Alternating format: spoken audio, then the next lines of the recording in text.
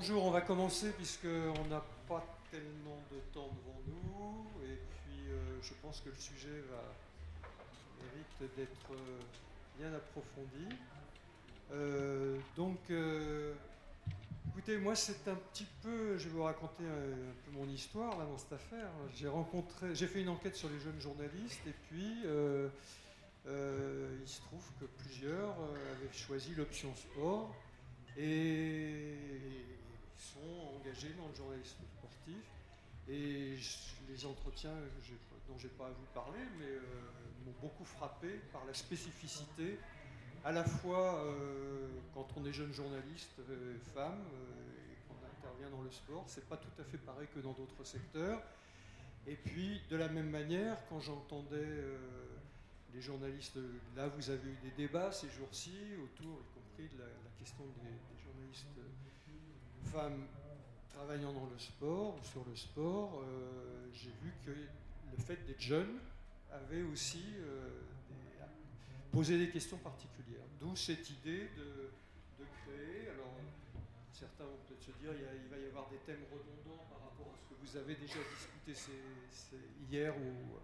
Mais je pense qu'on a vraiment intérêt à se concentrer, à réfléchir sur pourquoi on a envie de devenir journaliste sportive, pourquoi, comment on entre en rédaction, qu'est-ce qu'on vous demande de faire, et est-ce que par exemple quels sont les rapports avec les hiérarchies, quels sont les rapports avec le public, avec les organisations sportives, et puis peut-être une question aussi, est-ce qu'il y a un peu une spécificité dans les attentes des jeunes femmes journalistes de sport quant aux angles, quant aux sujets, quant aux conditions dans lesquelles elles ont envie de travailler. C'est un petit peu, si vous voulez, les sujets, les thèmes que j'ai envie d'aborder avec vous. Alors, qu'on aborde avec vous plutôt, parce que moi, j'ai pas grand-chose à vous dire. Pour en parler, alors par ordre alphabétique, on a Pierre Galli qui est debout, qui est donc chef de service du service sport à l'AFP. Il me semblait qu'effectivement on ne pouvait pas avoir cette discussion sans avoir effectivement quelqu'un qui est en responsabilité dans une rédaction et qui puisse effectivement échanger avec les journalistes qui travaillent dans ces services. Pauline Guilloux, qui est là, qui est donc journaliste pigiste, qui travaille en tant que journaliste sportive, et qui fait partie de l'association des journalistes de sport. Et à certains moments, je lui demanderai de parler un peu au nom de l'association. Enfin, en tant qu'association, et puis en même temps, la manière dont elle a envie de s'exprimer. Il y a Tiffany, qui est là, que j'ai rencontrée dans cette enquête, justement. Qui est donc elle aussi journaliste pigiste en sport et qui fait d'ailleurs partie aussi de l'association. Qui pourra donc parler aussi de temps en temps quand elle le veut. Et puis il y a bien sûr Sandy Montanola qui elle est chercheuse universitaire et qui travaille sur ces thématiques depuis beaucoup plus longtemps de manière permanente et qui va être pour nous la ressource qui nous permet de mettre nos propos les uns aux autres en perspective, quoi. À chaque fois, je vais vous demander comment ça se passe pour vous, et Sandy va nous permettre de nous dire voilà un peu comment ça se passe beaucoup plus globalement à partir des enquêtes qu'elle a menées avec des consoeurs, notamment sur ce sujet-là. Et Azaïs, qui est là, qui fait aussi partie un petit du panel de l'enquête, elle est journaliste, pigiste, et elle a une autre caractéristique, elle n'est peut-être pas la seule journaliste de sport à part cette caractéristique, mais elle est aussi sportive, et elle est plus que sportive, c'est-à-dire qu'elle a un niveau de compétition important, et donc je lui ai demandé de nous accompagner, y compris parce que dans un premier temps, elle m'avait dit c'est pas le choix que j'ai fait de devenir journaliste de sport. Quand j'écoute France Culture, j'entends que parfois elle traite ces sujets. Donc et puis surtout, elle va nous dire un peu son regard à elle en tant que sportive, femme sportive, par rapport à la manière dont la formation sportive est traitée, peut-être aussi les rapports par rapport aux jeune femme journaliste. Voilà, un peu, si vous voulez, les personnes qui vont intervenir. J'ai oublié personne. Et si vous voulez, c'est la première question que je voulais aborder avec vous.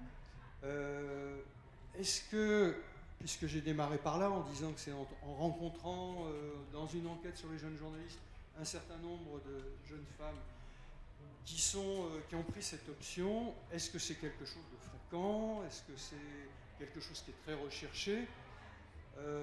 En allant l'autre jour à l'ESJ de Lille, et où il y a une spécialisation sur la question du journalisme de sport, j'aurais demandé est-ce que vous avez beaucoup de demandes, est-ce qu'il y a beaucoup de candidates, et on m'a dit que non, que c'était pas vraiment, c'était même assez rare pour eux. Donc peut-être la première question que j'ai envie de vous poser, c'est vous concrètement, pourquoi vous avez choisi cette option-là? Est-ce que c'était même avant de faire une école de journalisme ou d'engager un cursus d'école de journalisme?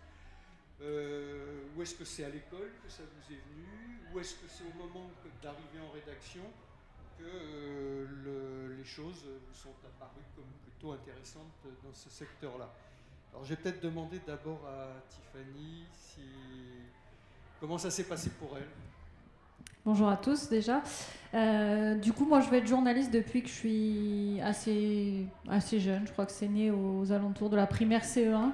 Un jour j'ai découvert le métier de journaliste et j'ai toujours su que je voulais ça. Et j'ai toujours fait du sport dans ma vie, que ce soit de la danse, du basket, de la boxe, du foot, du hand, un peu de tout quoi. Et en fait, paradoxalement, j'ai jamais lié les deux avant l'école de journalisme. Pourtant, je regardais des émissions de sport avec mon père, avec mon frère. J'ai toujours été passionnée de football, etc. Et en fait, je ne me l'expliquais pas jusqu'à temps que les recherches montrent l'importance des rôles modèles. Quand j'étais jeune, dans les années 90, il n'y avait pas tant que ça de femmes, pas vraiment, pas du tout même, ou alors deux quoi, qui parlaient de sport à la télé notamment. Donc du coup, l'idée ne m'était jamais venue en tête. Et c'est quand je suis entrée à l'ESJ Paris que j'ai découvert des collègues qui allaient faire des stages dans des rédactions de sport qui m'ont proposé. Je me suis dit, mais pourquoi pas en fait? Le sport, c'est ma vie depuis que je suis petite. Le journalisme, j'ai toujours voulu faire ça. Et donc, je suis entrée en stage à l'Équipe TV. Et c'est comme ça que la passion est née. Alors au début, c'est un peu compliqué de faire que journaliste de sport. Déjà parce qu'il y a une barrière, parce qu'on est une femme, mais ça on en reparlera. Donc je faisais un peu des infogénés et du sport, et dès que j'ai pu, je suis passée uniquement au sport.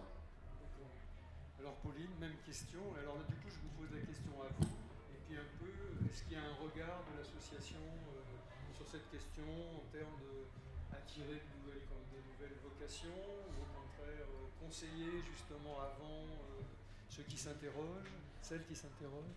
Bonjour à tous. Déjà dans l'association, il y a quand même beaucoup d'étudiantes qui sont là. Moi, c'est une association que j'ai découverte quand j'étais encore en études. Je ne l'ai pas rejoint tout de suite, cette association, mais je l'ai rejoint dès que j'ai eu ma carte de presse et que j'ai été pigiste, en fait.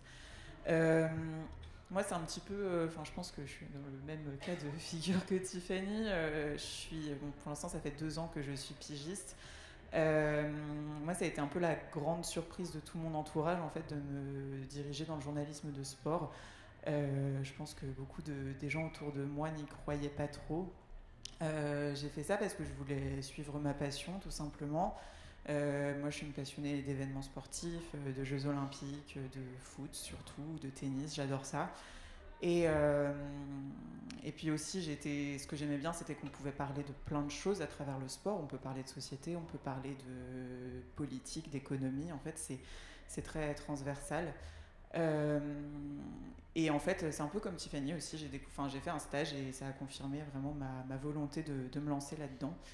Et voilà. Et ensuite, donc cette association, c'est vrai qu'elle a quand même un rôle qui est hyper important, moi, en tout cas dans ma jeune carrière. C'est que déjà je me sens pas seule. C'est vrai que moi j'en parlais un petit peu tout à l'heure avec Pierre Galli, c'est que je suis dans une boîte de production à l'Équipe et je suis sur un projet, je fais un JT des sports et je suis la seule fille sur une dizaine, peut-être douzaine de personnes. Voilà, donc je suis seule. Souvent, quand je me promène dans les bureaux de l'équipe, c'est salut les gars. Voilà, moi je suis là. Enfin, je me sens un petit peu seule dans les rédactions, mais avec cette association, il y a un côté. Enfin, là, on est trois. Donc voilà, donc en fait, on se sent vraiment nombreuses et on est 250 adhérentes. Donc ça montre que voilà, en fait, on est là. C'est juste qu'on ne voit pas beaucoup. Alors là, je vais poser la question, j'ai un peu dévoilé le sujet tout à l'heure, mais justement à Azaïs, donc vous êtes sportive, au départ pas forcément très engagée sur le sport en tant que journaliste, et puis vous faites un certain nombre de sujets, voilà. Donc comment ça vous vient l'envie de faire des sujets sur... Justement, je pense que je me l'étais toujours interdit. Le sport a toujours fait partie de ma vie, donc je suis athlète semi-professionnelle dans les 10 meilleures françaises de ma discipline. Et en fait, j'ai toujours distingué le sport des études, le sport de mon travail. Et je l'ai même souvent caché parce que ça m'a plutôt porté préjudice pour mes choix d'études. Et même en entrant dans l'école de journalisme, je ne l'ai pas dit.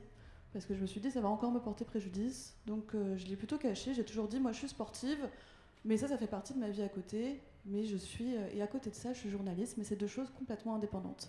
Et je pense qu'en effet, cette absence de rôle modèle a été important, parce que du coup, donc, mon sport, c'est l'athlétisme. Quand j'ai grandi à la télévision, je voyais Nelson Montfort, je voyais Patrick Montel. J'ai pas vu beaucoup de femmes commenter l'athlétisme.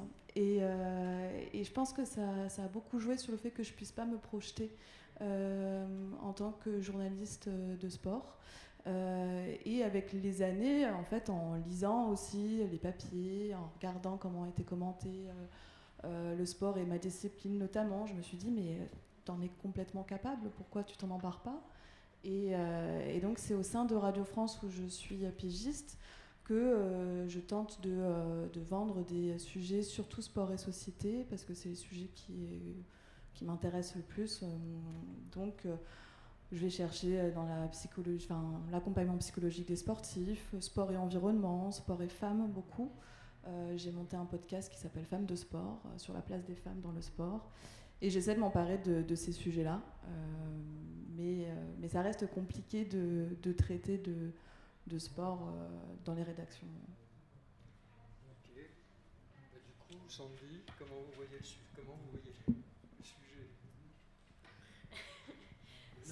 Pas beaucoup, il y a beaucoup d'appétence, mais on n'ose pas ou... Je vais prendre ce sujet qui est effectivement, en gros, alors si on veut faire un panorama très large, en fait, on a un discours qui consiste à dire que maintenant, il y a eu une féminisation dans le journalisme. Et si on regarde les cartes de presse, on est quasiment à égalité entre hommes et femmes. Et en fait, ce que ça cache, c'est des grandes disparités, puisque effectivement, dans ces cartes de presse, on est à parité, mais ça dépend beaucoup des secteurs et ça dépend beaucoup des médias. Et donc, en gros, en sport, on voit que c'est le secteur journalistique qui est le plus masculin, avec l'économie, la politique. Donc ça en fait un secteur qui est assez spécifique en ça. Donc derrière la féminisation des cartes de presse, on voit que c'est pas le cas. En fait, ça s'est pas féminisé sur le journalisme de sport. Et puis ce qu'on voit aussi, c'est que à l'intérieur même du journalisme de sport, et ça c'est pas spécifique, hein, c'est vrai aussi pour tous les autres, c'est vrai pour la politique. À nouveau, on a des disparités selon les types de médias, selon les rubriques, et parfois selon en fait le sport qui va être traité. Et là, on a des travaux de recherche qui montrent très bien que, en gros, c'est assez simple.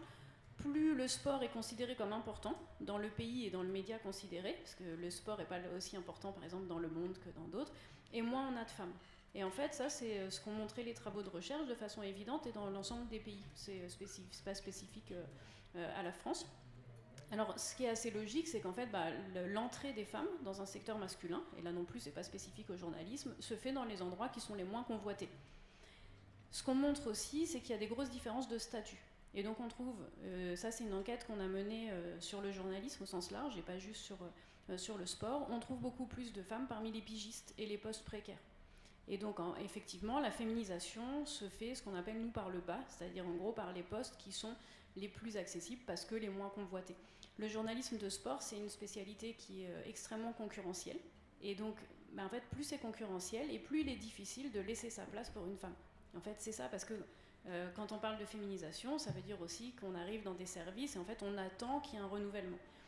Je précise tout ça pour arriver à la question de départ qui était, est-ce qu'il y a moins de femmes qui postulent ? Et donc, c'est vrai que c'est un argument qu'on entend tout le temps de la part des rédactions pour dire, moi, je veux bien recruter des femmes, en fait, il n'y en a pas qui viennent. Et en fait, c'est extrêmement important à comprendre, parce que je pense que c'est aussi une des clés du problème. Nous, en recherche, ça fait longtemps qu'on a amené des éléments là-dessus. Et la recherche universitaire, c'est pas ce qui est le plus... voilà, on a du mal aussi à diffuser des résultats qui sont pourtant des recherches publiques, dont les résultats sont accessibles, mais dans des revues spécialisées, donc voilà, que les gens vont pas forcément aller lire, parce que les articles sont longs et pénibles, enfin bon voilà, pour tout un tas de raisons, parce qu'on a beaucoup d'éléments méthodologiques qu'on doit expliquer, mais bref, pour expliquer ça, en fait, c'est simple, c'est oui, il y a moins de femmes. Et en fait, pour plusieurs raisons. Les premières, c'est, vous l'avez très bien dit, en fait, on a du mal à se projeter quand on ne voit pas de personnes qui nous ressemblent. Mais ça, c'est un fait qui a été établi. Le deuxième, c'est aussi que dans un secteur extrêmement concurrentiel, pour oser le faire, il faut avoir confiance en soi. Et on a plein de travaux, hors journalisme, qui montrent que les femmes ont moins confiance en elles.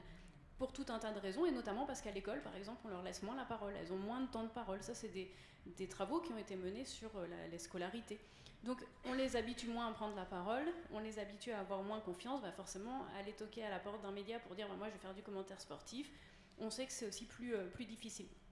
Il y a une troisième raison qui est celle de se dire qu'on ne veut pas forcément intégrer un domaine masculin, aussi parce qu'on lit qu'il y a beaucoup de problèmes.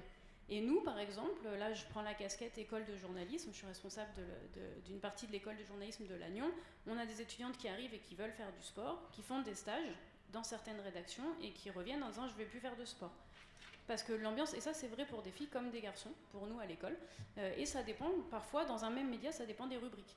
C'est-à-dire dans un même média, on en a, ils reviennent d'une certaine, d'un des sports, ils vont dire ah, c'est super et tout, et puis d'autres vont dire bah non, moi je pourrais pas bosser dans ces conditions-là. Donc voilà, juste pour terminer, c'est que oui, il y a moins de femmes qui postulent, mais pour des raisons qui sont aussi liées à des raisons de biais en fait de genre, et aussi parce que dès l'école, dès le collège, on le sait, il y a des distinctions qui sont faites, et la cellule familiale a tendance à beaucoup plus parler de sport et à amener les garçons à faire et regarder du sport, alors que pour les filles, ce sera moins le cas. On les pousse à moins en faire et moins en regarder. Donc il y a aussi des inégalités de départ qu'on retrouve, nous, dans les écoles. Pendant qu'on y est sur la question de l'école, justement, parce que ce n'était pas vraiment un sujet que j'avais prévu d'aborder, mais comment ça se passe justement dans les écoles de journalisme, ou singulièrement dans la vôtre, quand justement des jeunes femmes disent j'ai pensé à ça, comment est-ce qu'on les accompagne de manière particulière, lorsqu'il y a ces retours de stages qui ne sont pas bons, est-ce qu'il y a une réponse particulière qui est donnée? Comment vous abordez ces sujets-là? Ouais, après, c'est compliqué de répondre parce que c'est vrai que c'est vraiment du cas par cas. Ce qu'on voit, c'est les difficultés d'entrée. C'est un métier assez concurrentiel. Pour rentrer dans une partie des médias, maintenant, ça se passe par concours. Et donc, en gros, les concours, c'est prendre un ou une étudiante d'école reconnue qui vont postuler. C'est vrai pour Canal, France Télé. Enfin, voilà, il y a plusieurs médias pour lesquels ça se passe par un concours. Donc, ça veut dire que nous, en tant qu'école, on doit choisir un étudiant ou une étudiante pour nous représenter. Et ça veut dire que là, se pose aussi la question de qui on va envoyer, en sachant que les étudiants qui sont là, en fait, si je donne les chiffres pour Lannion, en moyenne, on a 800 candidats, on a 28 places.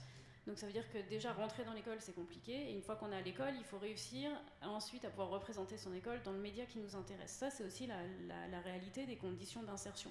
Et ce qu'on gagne à la fin de tout ça, parce que hors journalisme, ça paraîtrait un peu fou, mais ce qu'on gagne à ça, c'est un CDD. C'est pas une embauche en CDI une fois qu'on a vécu tout ça, c'est on rentre en CDD. Alors tous les médias sont pas du tout égaux. Il y a des médias qui embauchent plus facilement que d'autres, il y a des médias qui ont plusieurs strates de concours difficiles et pour certains c'est engageant sur toute une année. En fait, on prépare le concours quasiment toute l'année. Et nous, par exemple, en tant qu'école, parfois ça se fait au détriment des cours, parce que les étudiants, quand ils arrivent parfois en master, ils disent nous les cours c'est bon, par contre l'enjeu c'est le concours. Donc certains vont préférer s'entraîner donc le concours, ça peut être de produire un duplex, un reportage, voilà. Donc pour répondre à la question, il y a tout ce processus qui nous en fait là on peut pas intervenir dessus. Par contre, on peut accompagner les étudiants et les étudiantes et les pousser à le faire. Nous, à Lannion, on fait attention à avoir, par exemple, à chaque fois une parité, mais il y a plein de moments où c'est pas possible. Et là, par exemple, on a 2 étudiants par école aux assises et c'est 2 garçons qui ont voulu venir. Il n'y a pas eu de fille qui voulait venir cette année. Voilà. Donc c'est des choix aussi ensuite qui se font. J'aurais pu, il y a eu des années où j'ai forcé pour qu'il y ait une femme qui soit là. Je ne l'ai pas fait cette année. Voilà, ça dépend aussi des sujets de l'équipe. Et pour terminer sur les retours, quand on a des étudiants, des étudiantes qui reviennent et qui nous disent voilà ce qu'il y a eu comme type de problème, en fait on appelle les rédactions. Mais en fait parfois c'est une ambiance. Et en fait c'est très compliqué parce que je ne vais pas appeler toutes les rédactions pour dire voilà vous avez fait ce type de blague, ça ne convenait pas à l'étudiant. Et en fait c'est ça aussi la réalité, c'est qu'on sait que c'est compliqué à faire s'il n'y a pas des éléments tangibles. Voilà. Donc parfois c'est juste une ambiance qui ne leur correspond pas et auquel cas voilà, c'est difficile pour nous en tant qu'institution d'agir et d'avoir l'université qui prenne position en fait. Alors si vous voulez, là on va franchir un pas, c'est-à-dire qui est celui de l'arrivée en rédaction. Donc vous avez commencé à parler plus ou moins. Alors par exemple dans votre cas, Pauline, au moment où vous voulez entrer en activité, comment ça se passe? Quel type de rédaction vous trouvez?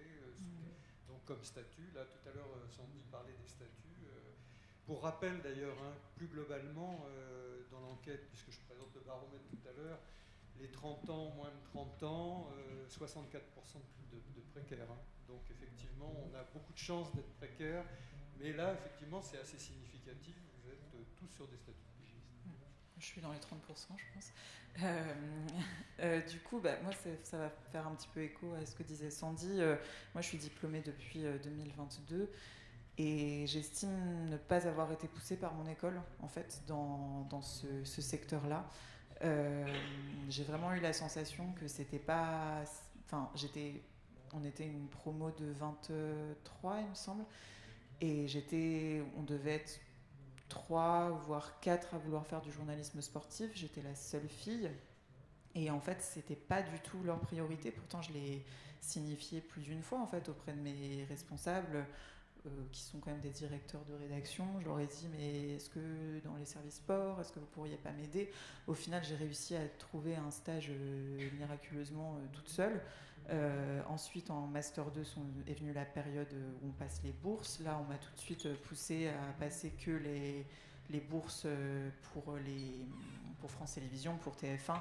On m'a vraiment pas amené, on n'a pas fait une priorité du fait que je pouvais aussi passer les bourses des médias sportifs. Et je trouve ça très dommage parce que du coup, en fait, c'est vrai que mon entrée dans le métier, elle a été quand même plutôt difficile. Maintenant, donc, je suis pigiste et ça va. Bon, j'ai un planning un peu rock'n'roll, mais qui n'en a pas. Mais c'est vrai que, en fait, comme disait Tiffany aussi, c'est vrai que je dois faire des infogénés, alors que moi, ce que j'ai envie de faire, c'est du sport. J'ai envie de faire ma carrière dedans. On verra plus tard. Mais voilà, l'entrée dans le métier est assez compliquée. Il faut aller toquer à toutes les portes. Quand on est une fille, déjà, on a un syndrome de l'imposteur qui est énorme, encore plus pour les rédactions de sport. Donc voilà, donc moi j'ai envoyé une bonne quarantaine de lettres de motivation et de CV qui sont dans des boîtes mail. Je ne sais pas ce qu'elles sont devenues. Mais voilà, donc une entrée dans le métier plutôt compliquée. Après, peut-être que je suis positive, j'en sais rien. J'ai envie de croire aussi que c'est le métier en général et que ça se passe comme ça de partout. J'ai envie d'y croire. Donc, d'accord. Peut-être que petites œillères.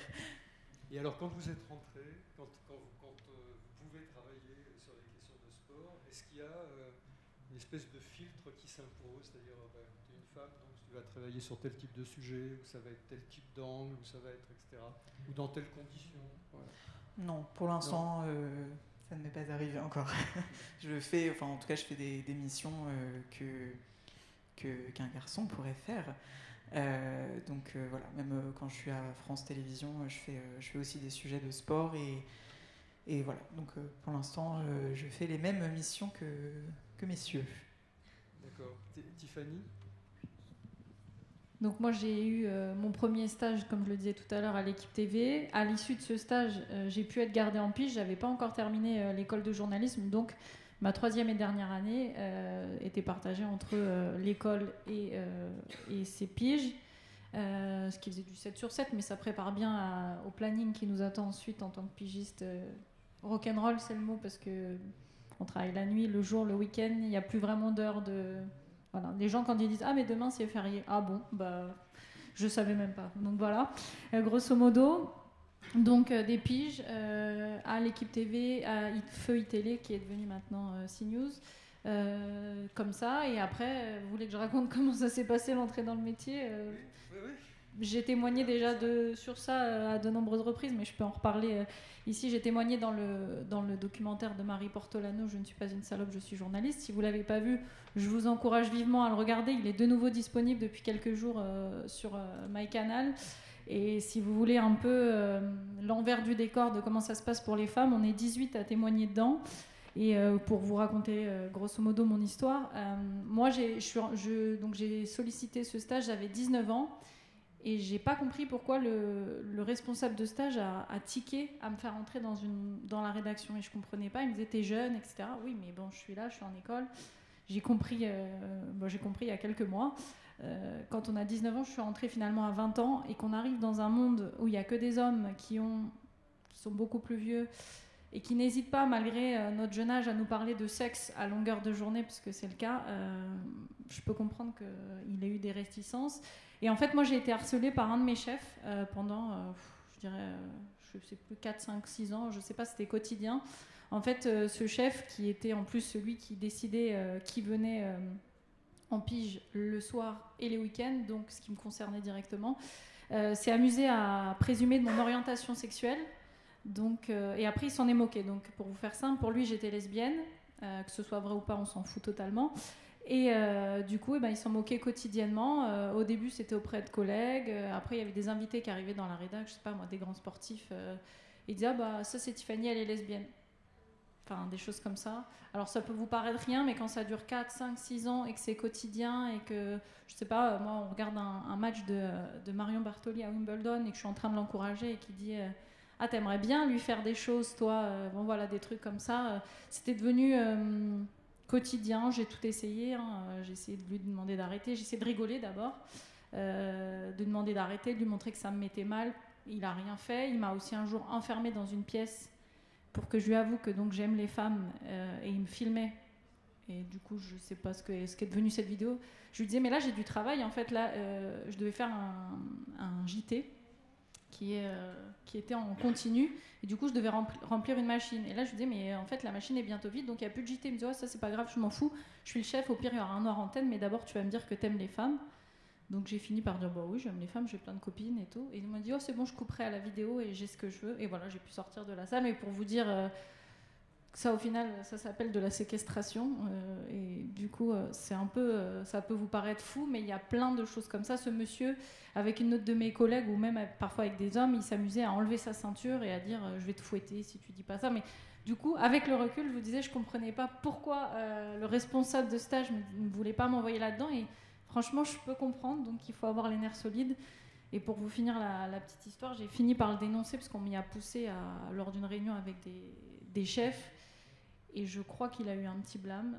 Et après, c'était pas terminé, puisque dès qu'il me croisait dans la rédac ou à la cantine, des fois j'arrivais avec mon plateau, il disait attention, il y a la balance, parce qu'il a eu d'autres histoires. Mais voilà, grosso modo, ça peut ressembler à ça, la vie dans une rédac. Merci. Il est plus à l'équipe maintenant et je sais pas où il est. Non, c'était à l'équipe, mais je sais plus, je sais pas où il est. Il a fini à CNews au bout d'un moment, mais j'ai pas suivi son parcours. Voilà. Mais je vous invite vivement, enfin ça c'est une histoire parmi tant d'autres. Je vous invite vivement à regarder le documentaire de Marie Portolano. Il est vraiment intéressant. Merci. Alors, je suis désolé, la transition est un peu compliquée, mais je vais me tourner vers un chef et dire très concrètement comment ça se passe quand une jeune femme arrive et dit qu'elle a envie de travailler à l'AFP, qu'elle choisisse. Alors je sais qu'en plus on tourne à l'AFP. Oui, mais c'est ça, je voulais rebondir sur ce que tu disais tout à l'heure, c'est-à-dire que nous à l'AFP, mais je pense que c'est le cas dans la plupart des médias, on rentre par la voie généraliste et ensuite on fait du sport. Même à la rigueur, chez nous, pour rentrer chez nous, jusqu'à une certaine époque, il fallait, j'en suis peut-être l'incarnation, il fallait pas dire qu'on voulait faire du sport, quoi, parce que c'était pas la voie royale, il fallait vouloir parler de politique internationale ou de politique intérieure, mais surtout pas de sport. Et ça, c'était valable pour les garçons comme pour les filles. Voilà. Aujourd'hui, le recrutement chez nous, il se fait par des voies classiques, alors, par la voie du concours, évidemment, qui est la voie royale, ou par la voie des accessions écoles. Ensuite, on se retrouve alors, si c'est dans la filière apprentissage, eh bien, on va passer dans les différents services. Et puis quelque part, chacun fait son marché. Il y a une attirance réciproque. Si on voit arriver quelqu'un, et surtout au service des sports aujourd'hui, si on voit arriver une jeune femme, on va la regarder avec un œil très attentif parce que l'agence et le service des sports a une politique très volontariste sur l'intégration des femmes au sein du service des sports. Alors, on n'est pas plus vertueux que les autres, encore que. On a des taux d'intégration qui sont assez remarquables, je crois, pour les femmes. Sur le reportage, la partie reportage, puisqu'on a une partie reportage et une partie desk au sein du service des sports, sur 20 journalistes, j'ai fait le total, il y a 40% de femmes. Sur l'ensemble du périmètre sport, texte, photo, vidéo à Paris, je crois qu'on est à 22% sur les CDI. Hein. Donc nous, on a vraiment une politique très, très volontariste. Là, on a enclenché ça il y a quoi, ça fait 10-15 ans. Moi, je suis un ancien du service des sports, mais mon premier passage, je regarde, il y a mon collègue Eric Lagneau qui est devant moi. On est arrivé à quelques années de différence au sein du service des sports. C'est vrai, c'était un endroit très, très cloisonné où il y avait des femmes qui souffraient, auxquelles il y en a une à laquelle je pense en particulier. Mais moi, j'ai entendu des choses totalement ineptes et on l'a protégée, quoi. Enfin, moi, j'étais jeune, j'ai débarqué là, je me disais, mais c'est le service des sports de la grande agence France Presse. Waouh! Et les choses, elles ont vraiment aujourd'hui évolué. Je situe le tournant chez nous au carrefour des années 2000. Il y a vraiment eu une ouverture progressive et puis des gens, des personnes qui étaient intéressées par le traitement du sport. Et chez nous, ça concerne toutes les rubriques notamment qui sont des symboles je sais pas, vous allez appeler ça du masculinisme, ont été investis par les femmes. Je pense à la Formule 1, je pense au foot, je pense au rugby, et puis évidemment toutes les rubriques des sports de ballon. Enfin, il y a eu à un moment des femmes qui sont arrivées et qui ont pu travailler dans ces différentes rubriques. Voilà. Il y a même eu alors maintenant, on arrive à l'étape supérieure. On a déjà eu une femme à l'intérieur de l'encadrement, notamment de la rédaction en chef. Mais maintenant, l'étape suivante, c'est que toute la génération des femmes, des 40%, etc., maintenant, elle monte. Et on a eu deux postes là, à pourvoir dans l'encadrement du service. On est allé les solliciter plusieurs fois, et puis on est même allé chercher à l'extérieur du service pour dire mais venez travailler, venez, c'est de l'encadrement, c'est du management, vous n'avez pas besoin forcément de connaître très bien le sport, mais si vous connaissez bien le fonctionnement de l'agence, etc., venez travailler avec nous. Là, on a eu quelques réticences. Il faut encore qu'on passe ce palier-là. Mais voilà, on progresse. Des réticences, pourquoi alors justement ? Je sais pas, peut-être c'est dû au poste, au profil même des postes, où en fait c'est des postes qui sont pas faciles, parce que vous passez beaucoup de temps, il faut prendre des décisions, il y a beaucoup de réunions, enfin les postes d'encadrement classiques, et peut-être qu'il y a aussi une question de, je sais pas, qu'elles se sentent pas légitimes, ou pas l'envie, tout simplement. Mais en tout cas, nous, on est vraiment prêts à les accueillir. Et puis là, c'est 40% de femmes à l'intérieur du reportage et 22% de femmes qui sont dans l'ensemble du périmètre des sports. Un jour, par le jeu de la rotation à l'AFP, elles vont quitter le service. Donc nous, on est en train de... Voilà, il faut en faire rentrer d'autres. Donc par les concours, par la voie générale, etc. Moi, je commence à en parler à la direction de la rédaction, en leur disant il faut en tirer des gens parce qu'il faut continuer à irriguer la rivière. Alors, Tiffany, je crois que vous vouliez Oui, juste pour prolonger sur ce sujet, parce que du coup, je suis membre créatrice de notre association Femmes Journalistes de Sport. On était 6 au départ et Pauline vous l'a dit, maintenant on est plus de 200. On a mis en place une charte pour plus d'égalité femmes-hommes dans les médias. Il y a à ce jour 61 rédactions qui l'ont signée. Je ne crois pas que l'AFP l'ait signée. Je crois que vous avez une charte interne, mais en tout cas, le but... Mais c'était compliqué. Pour chaque mot, on nous a discuté avec certaines rédacs. Voilà, vous voyez, toutes les rédacs ne l'ont pas discuté, mais on est parti du fait que, justement, on vous dépeint un peu un tableau noir pour les femmes, mais ça reste un beau métier, même si c'est pas toujours simple. Si vous voulez le faire, n'hésitez pas. Et il faut qu'on échange entre nous. On s'est recensé parce qu'on entend beaucoup de recruteurs nous dire il n'y a pas de femmes parce qu'il n'y a pas de candidature ou il n'y a pas de demande. Et en fait, nous, on est de l'autre côté. Et en fait, on fait des demandes, mais on n'obtient pas de réponse. C'est encore vrai aujourd'hui. Sauf que maintenant, comme certaines rédactions se sont engagées à signer la charte, etc., on a un peu plus de pouvoir. C'est pas encore gagné, hein. Mais voilà, donc ces choses-là, on n'a pas de candidature, on aimerait ne plus les entendre parce que des candidatures, il y en a. Elles ne sont pas encore aussi nombreuses que les hommes, on l'a dit pourquoi, le syndrome de l'imposteur, le plafond de verre, etc. Et maintenant, ce qu'on aimerait atteindre comme but, c'est aussi d'aller toucher ces postes à responsabilité parce que même si vous avez toute la bonne volonté du monde, ce n'est pas le cas de tout le monde et on nous les ferme encore ces postes-là. Les postes à responsabilité et dans le sport, les postes de commentatrice. Vous regardez du sport, j'imagine certains d'entre vous ici. Vous comptez combien de femmes qui commandent du foot, par exemple ? 2, 3, voilà. Et en fait, il y en a, je ne sais pas s'il y en a des centaines, mais il y en a au moins des dizaines à qui on dit en fait, c'est pas possible pour vous parce que la voix des femmes, vraiment, pour commenter du sport, c'est pas possible. Vous avez des voix trop aiguës. Quand vous allez décrire une action qui se passe, une action un peu chaude dans la surface de réparation devant le but, ah non, vous allez monter dans les aigus, c'est pas possible. Donc en fait, il y a quand même encore pas mal de mauvaise volonté, mais j'imagine qu'on va aborder ça après.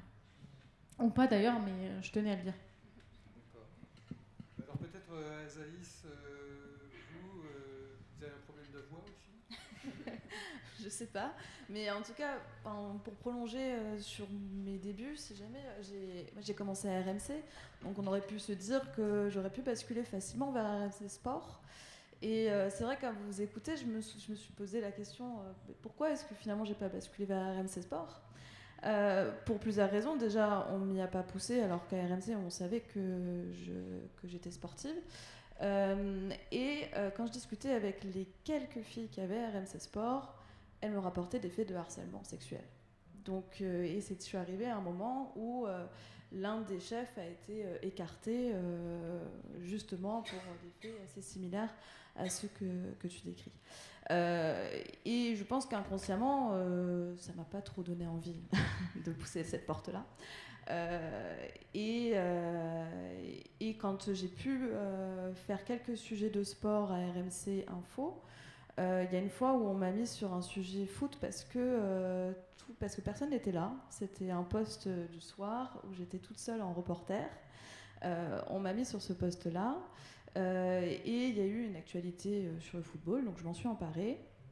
Ça a bien fonctionné.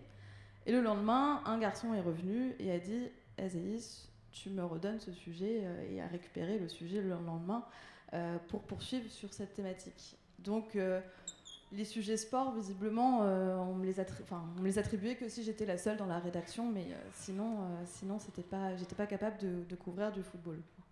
Donc, et ce qui m'a toujours marqué, c'est que même en étant sportif quasiment de haut niveau, même si ça n'existe pas vraiment en athlétisme, j'étais pas pour autant plus tellement légitime. J'étais même moins légitime que des hommes qui font pas de sport, quoi.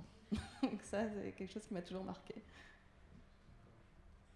Alors, Sandy, il y a plein de choses qui sont arrivées. Quelles sont les missions qui sont confiées ?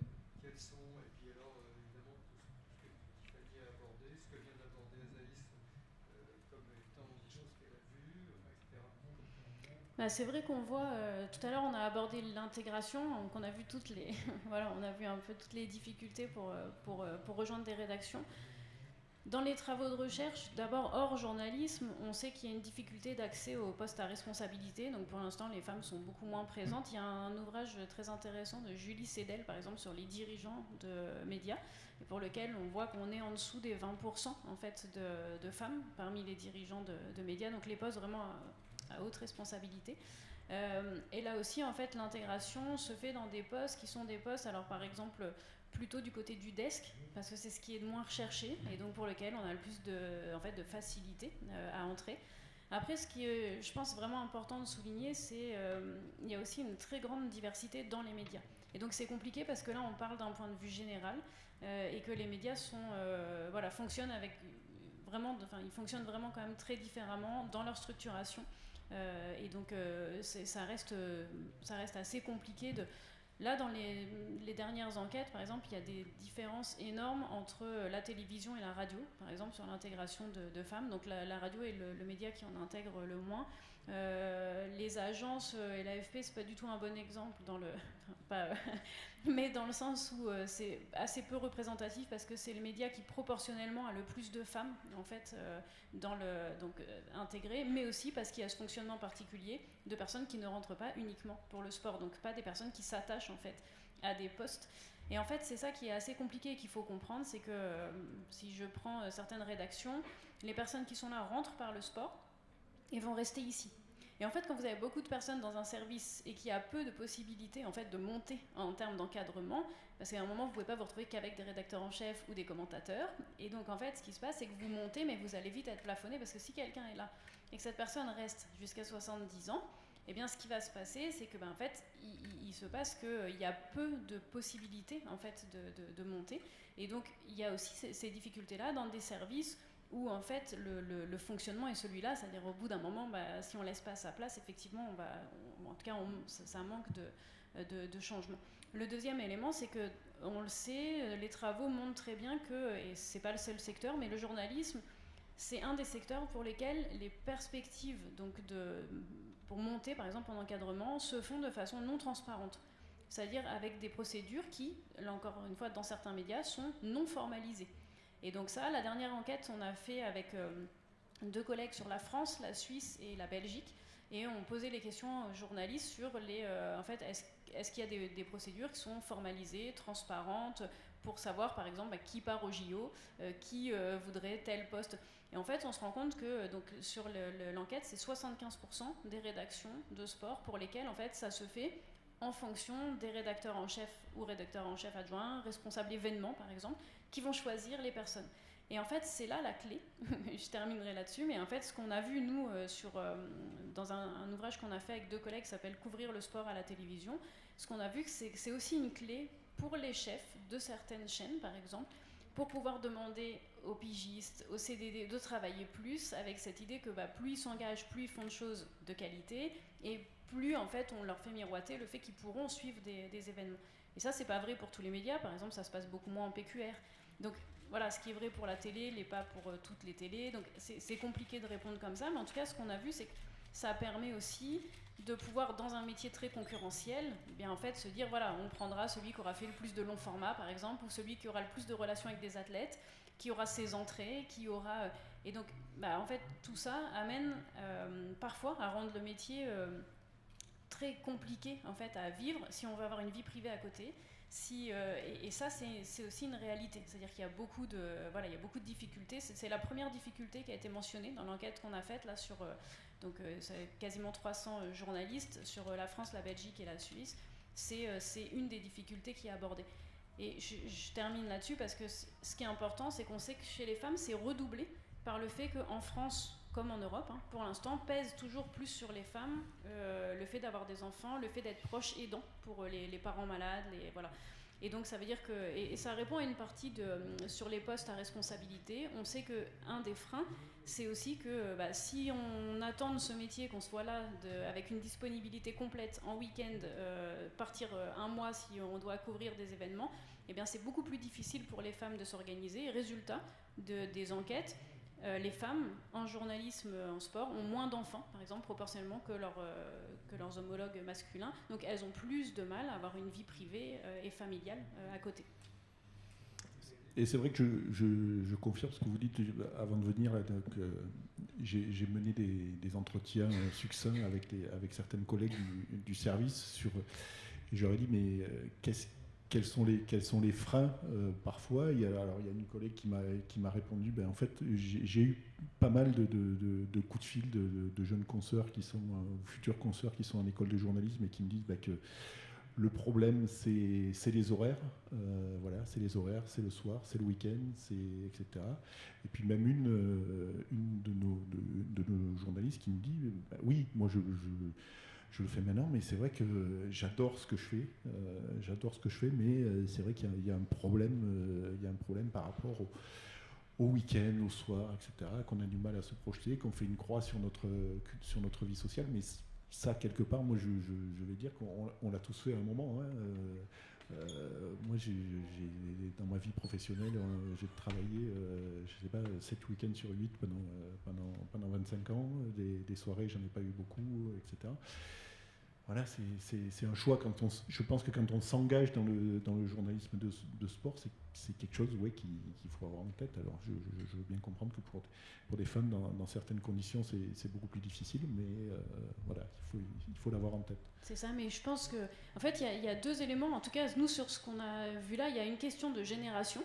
Parce qu'il y a aussi, parmi les plus... Et là, par exemple, il y a eu les états généraux de l'information des jeunes journalistes, il y a 2 ans de ça maintenant, avec les écoles en journalisme, et c'était précisément le sujet, c'était de dire, en fait, ce que les plus jeunes veulent maintenant et revendiquent, c'est aussi de pouvoir avoir une vie à côté, parce que le travail reste le travail.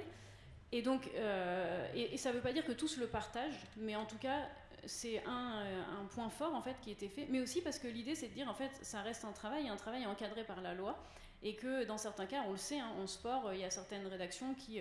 Alors nous, pour le coup, on est bien placés. Il y a certains étudiants, quand ils témoignent, ils nous disent, par exemple, on travaille tant de jours d'affilée, puis comme il n'y a pas le droit de le faire, il y a des jours qui sont ensuite annulés. C'est-à-dire, en gros, ils ont fait la journée, puis après, on l'enlève du planning, comme si elle n'était pas là, et comme ça, on la replace plus tard. Et donc, en fait, c'est aussi ces éléments-là, et certains sont tout à fait prêts à le faire, sous l'idée du métier passion. C'est en fait, tu vis du sport, c'est hyper concurrentiel, c'est une chance incroyable, tu vas aller au JO, c'est un peu comme des vacances, c'est plus vraiment du travail. Et c'est vrai que si on le vit comme ça, et moi je dis ça, moi je fais de la recherche, alors ça paraît pas fou, je vais pas sur les JO, mais en fait en recherche, nous c'est la même chose parce que le travail se superpose avec d'autres choses qu'on fait. Donc une fois que j'ai fini de m'occuper de l'école de journalisme, je me mets à faire de la recherche, il se trouve qu'il est tard, et je le fais comme ça, mais parfois je me pose aussi cette question-là. Et donc il y a cet effet de génération, et il y a aussi pour les femmes le fait que ça vient redoubler, le fait qu'elles s'occupent déjà plus d'autres choses, qui leur laissent moins ce temps-là. Par exemple, le fait de s'occuper plus de la maison, le fait de s'occuper plus des papiers, enfin voilà, des enquêtes montrent ça, donc trouver le temps c'est plus difficile, et surtout là où c'est hyper intéressant sur les enquêtes, c'est que une partie des hommes peuvent le faire, et ils en témoignent parce qu'ils ont une femme qui, par exemple, va avoir des horaires de bureau et qui, elle, en fait, peut gérer, par exemple, les enfants. Et ceux qui ont le plus d'enfants, sont ceux qui, effectivement, ne sont pas en couple avec des journalistes, parce qu'il y a aussi beaucoup de journalistes en couple, et ceux qui sont avec des personnes qui ont des emplois plus stables, en fait, vont avoir une vie privée, on va dire, plus facile, entre guillemets, si on peut dire, à monter, parce qu'on a quelqu'un qui, ce que nous, on appelle en recherche les personnes soutien, en fait, parce qu'on a quelqu'un qui est là et qui, en fait, peut... s'occuper des enfants à la sortie de l'école, parce que sinon c'est vrai que c'est très compliqué d'avoir des enfants et d'aller les déposer à une crèche dans des lieux différents, par exemple, voilà. Donc c'est vrai qu'il y a ça qui pose à nouveau sur les femmes, et pas que les femmes, mais en partie quand même. Sur les jeunes journalistes, moi j'ai été frappé aussi, dans l'enquête, c'est que chez des journalistes qui ont 40 ans, un peu plus de 40 ans, femmes, je veux dire, effectivement la question des enfants, etc. se joue beaucoup. Chez les plus jeunes, c'est davantage avoir une vie sociale, c'est davantage avoir effectivement des activités sportives, par exemple, etc. Et effectivement, et cette réflexion qui revient souvent, ce n'est qu'un travail. Et ça, je pense que là, il y a un vrai clivage générationnel. Stéphanie, vous vouliez... Oui, moi je voulais rebondir sur ce que vous avez dit. C'est pas tant de se priver d'avoir une vie sociale le problème pour les femmes, parce que, comme vous l'avez dit, quand on fait ce métier-là, on sait bien à quoi on s'engage quand on travaille dans le sport. Les compétitions sportives, c'est le soir et le week-end. Mais c'est justement ce que disait Sandy. C'est pas la privation de vie sociale, c'est qu'en fait, la charge mentale, Les tâches ménagères, on est en 2024, mais c'est encore l'affaire des femmes, même si ça se rééquilibre un peu plus que ce qu'ont connu nos mères, nos grands-mères, etc. Mais du coup, comme disait Sandy, moi par exemple, j'ai couvert le mondial 2019 de football en France. Pendant 1 mois, je n'ai pas du tout été chez moi. J'ai été partout en France, j'ai suivi les Bleus. Si j'ai un enfant, j'ai pas encore d'enfant, j'ai 33 ans, comment je fais à moins d'avoir un mari ultra disponible? Voilà. Et en fait, c'est ce qui est éprouvé dans les enquêtes, donc quand on lit un peu de ces sujets-là, les hommes peuvent le faire parce qu'en fait, ils ont à la maison une femme qui va chercher les enfants à l'école, qui s'occupe de faire les devoirs, qui s'occupe de les emmener au piano, au sport, peu importe, quand l'inverse, surtout si on est en couple avec un journaliste, n'est pas forcément vrai. Donc c'est pas tant la vie sociale, et il y a un autre aspect qui a déjà été évoqué, c'est que les femmes sont plus condamnées à la précarité. Donc quand je suis pigiste, mes horaires ne sont pas les mêmes que quand je suis en CDI. Si je suis en CDI, ma rédaction est censée, je dis bien censée puisque c'est pas toujours vrai dans les faits, respecter un battement de 11 heures entre 2 vacations. Quand je suis pigiste, mes employeurs, ce que j'ai fait avant et ce que je fais après, ils en ont rien à faire. Et donc du coup, j'ai encore moins le temps. Donc en fait, il y a une double cause, enfin minimum quoi. Il y a le fait que les femmes sont enfermées dans cette précarité, donc surtout quand on commence comme Pauline, on multiplie les employeurs. J'ai déjà fait 4-5 mois en début de ma carrière à 9 jours sur 7. Je dis 9 jours parce qu'en fait c'était du 7 sur 7 et il y a au moins 2-3 journées où je doublais même mes piges. Et donc ça empêche d'avoir pas une vie sociale, parce que bon, la vie sociale c'est quelque chose, mais si on a une famille, c'est impossible à faire. Si on est mère de famille, c'est... Doubler une pige, pardon, c'est par exemple, je sais pas, moi j'allais le matin, je commençais à 4h du matin à l'équipe, je finissais à midi, et à 14h jusqu'à 22h, j'allais à iTélé. Voilà, je faisais 2 journées en une, plus mon 7 sur 7. Donc c'est pas l'aspect vie sociale qui nous dérange, nous femmes, je pense. Pour rebondir aussi là-dessus, sur la répartition du temps, à Radio France, par exemple, les titulaires ne travaillent quasiment pas les week-ends, et les précaires travaillent tous les week-ends. Donc c'est aussi, plus qu'en plus les femmes, on est plus nombreuses à occuper ces postes précaires, on travaille, moi je dois travailler les week-ends, je dois travailler en soirée, tous les postes que les autres ne veulent pas, que les titulaires ne veulent pas. Donc ça aussi, et sur le fait d'adapter les postes pour avoir un peu travaillé sur les femmes à la tête des fédérations de sport, qui sont donc très peu nombreuses, elles sont que 2 dans la tête des fédérations de sport olympique. Je discutais avec l'une d'entre elles qui m'expliquait que pour atteindre ce poste-là, ils avaient adapté les horaires, qu'ils avaient adapté le planning pour pouvoir permettre à des femmes d'accéder à ces postes, de pouvoir aller chercher leurs enfants à la sortie de l'école, et ainsi de suite, et que finalement, fallait retourner le problème pour pouvoir trouver des solutions et pas juste dire elles ne postulent pas, donc on ne peut pas les embaucher. Vous venez d'aborder la question des fédérations. Dans un certain nombre d'entretiens, j'ai remarqué qu'il y a un sujet, effectivement, comment ça se passe avec les sportifs, surtout avec les organisateurs, effectivement, comment on est accueilli en tant que femme quand un tel média envoie une femme plutôt qu'un homme, est-ce que c'est bien vu, etc.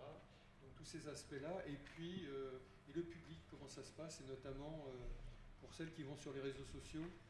Parfois le public, c'est plutôt les réseaux sociaux d'ailleurs. Comment ça se passe pour vous? Je sais pas si moi, sur les sujets que j'ai faits, c'est vrai qu'il y a toujours quelque chose qui se passe, c'est quand on arrive dans un club, dans une conférence de presse. Moi, j'ai toujours senti que c'était bizarre que je sois là, parce que j'étais une fille. Et parfois, certains coachs, certains joueurs... En fait, c'est pas méchant, mais c'est juste un regard qui va être un peu genre... encore une fois, peut-être que je me mets des œillères. À chaque fois, je me dis, bon, c'est peut-être parce qu'ils me voient jamais, qu'ils se disent que je suis nouvelle. Voilà. Mais en tout début de carrière, quand j'ai commencé mes premiers CDD, ça m'est arrivé de me retrouver tétanisée dans une conférence de presse de rugby, dans un club, parce que j'étais avec une quinzaine d'hommes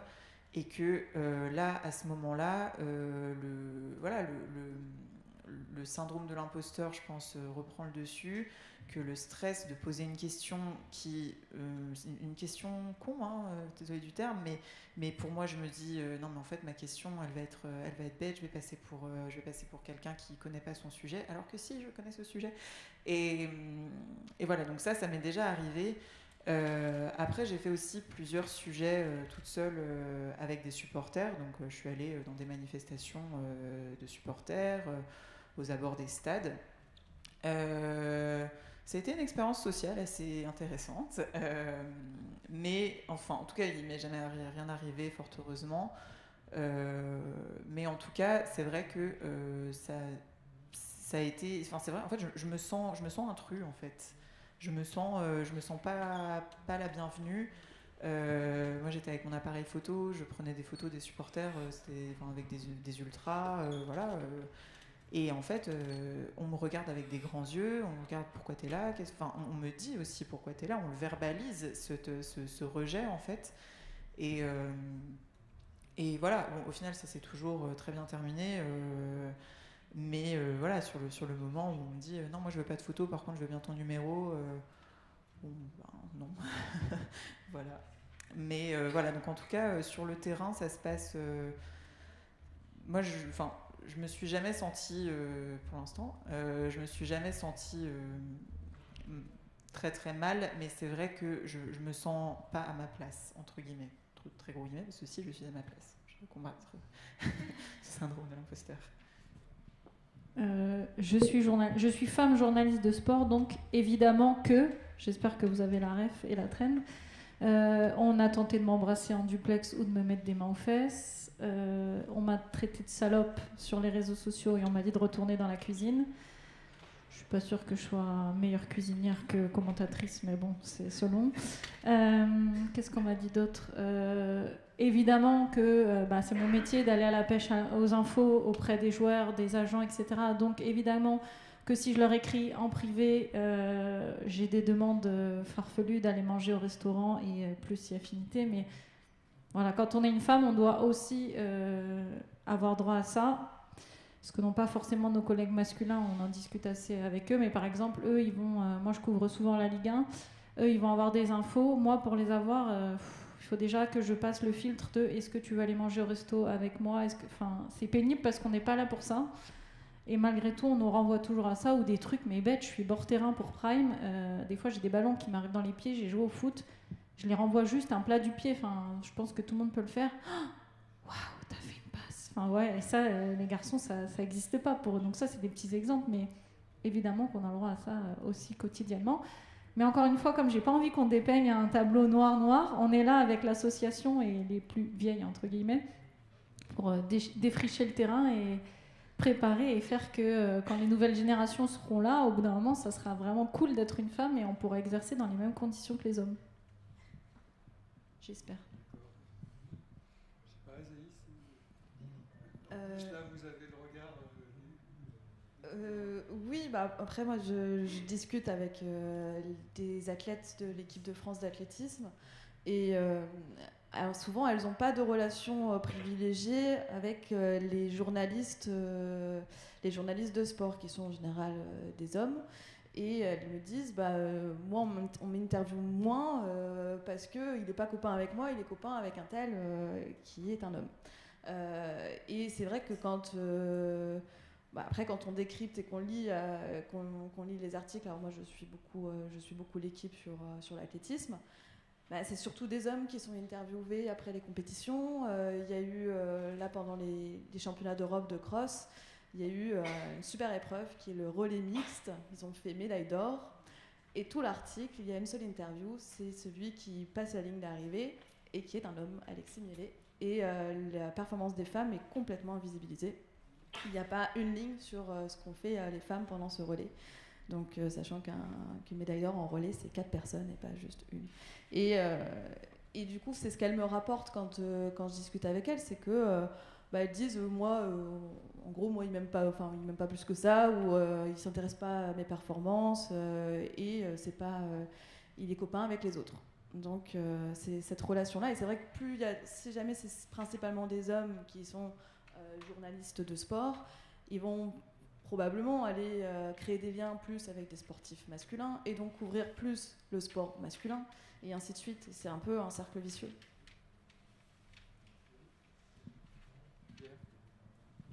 Alors nous, je voulais dire que dans le cadre de notre politique volontariste, on va encore franchir un cap pendant les Jeux Olympiques parce que donc, c'est des Jeux qui vont être presque totalement mixte en termes de représentation homme-femme. À l'AFP, on met en place un outil qui va nous permettre de mesurer qu'il y a une parfaite égalité de traitement entre les athlètes hommes et les athlètes femmes par un jeu de mots-clés, etc. Donc voilà, résultat, peut-être qu'on pourra vous transmettre à l'issue de ces Jeux olympiques. Ensuite, je voulais rebondir sur ce qui a été dit tout à l'heure sur les rapports avec les sportifs, sur ce que tu ressens quand tu es arrivé dans une conférence de presse. Mais je pense qu'il y a un moment où on l'a tous ressenti. Tu vois, quand tu arrives dans un milieu, moi je me souviens quand j'ai commencé, ou même encore aujourd'hui, quand j'arrive dans un milieu que je connais pas, je me dis ah ouais, les gens ils me regardent, etc. Et c'est là où il faut mettre sa timidité dans la poche et puis il faut y aller, quoi. Et ça, il faut oser. Notamment sur le rugby, tu vois, j'en ai parlé avec la journaliste qui s'occupe du rugby. Elle dit ouais, au départ, je m'interrogeais comment j'allais être accueilli, etc. Et en fait, j'ai été super bien accueilli. Elle me dit sur le groupe des gens qui suivent l'équipe de France de façon régulière, etc. Il y a une trentaine de journalistes, elles sont 5-6 filles. Elle dit voilà, on est parfaitement accueillis. C'est pas forcément le cas dans tous les sports, peut-être dans des milieux un peu plus confidentiels où il y a des liens privilégiés qui se sont créés entre des journalistes et des athlètes. C'est beaucoup plus difficile de s'intercaler et peut-être beaucoup plus pour des filles là, sur les entretiens, si tant est qu'ils aient une valeur scientifique sur les entretiens, c'est un petit peu ce qui ressort. Mais en tout cas, sur l'accueil des sportifs, des fédérations, etc., d'une façon générale, moi, les femmes que j'ai interrogées dans le service, elles me disent non, globalement, ça se passe bien et l'accueil est bon. C'est vrai que la question de ce qu'on appelle souvent le off est souvent très, très, très bien décrite, c'est-à-dire en disant les garçons ils peuvent aller effectivement aller voir un cours régulièrement alors que pour une femme ça va être plus compliqué. Elle va tout de suite se demander si elle peut se permettre effectivement de rentrer dans ce dispositif de off parce que ça peut être. Et là il y a quand même quelque chose, c'est dans les non-dits, mais ça. Mais après alors ça c'est une des clés du journalisme aussi, c'est le culot. Moi, il y a des moments où je me suis dit, dans ma vie, il y a des moments où j'ai manqué de culot et je voyais face à moi des gens qui passaient, qui s'intercalaient, qui avaient des infos que moi j'avais pas, parce que ces gens-là, ils avaient osé. Voilà, il faut oser. Sandy, un commentaire là? Sur cette question-là, c'est vrai que ça ajoute la question du genre, mais effectivement, on sait qu'il y a des grosses différences entre journalistes et aussi en fonction du média qu'on représente. En fait, la réalité, c'est quand même que c'est très compliqué parce que c'est un milieu dans lequel il y a vraiment une interdépendance très forte. Et donc, en fait, c'est aussi le réseau qu'on va avoir et les contacts qu'on a qui nous font rentrer dans une rédaction. Nous, parmi nos je dis étudiantes, mais elles y sont plus, mais parmi nos anciennes qui sont intégrées dans des médias, il y en a beaucoup en fait qui avaient commencé à suivre le sport jeune, qui s'étaient fait un carnet d'adresses vraiment, et donc avec des connexions avec des sportifs qui allaient pas en fait à les repérer. Et donc, au bout de 10 ans, pour ceux qui avaient percé, elles avaient leurs coordonnées, elles les connaissaient bien, du coup ils étaient en confiance avec elles. Et en fait, c'est aussi ça qu'elles ont négocié en rentrant dans la rédac. Je pense à une notamment sur le cyclisme.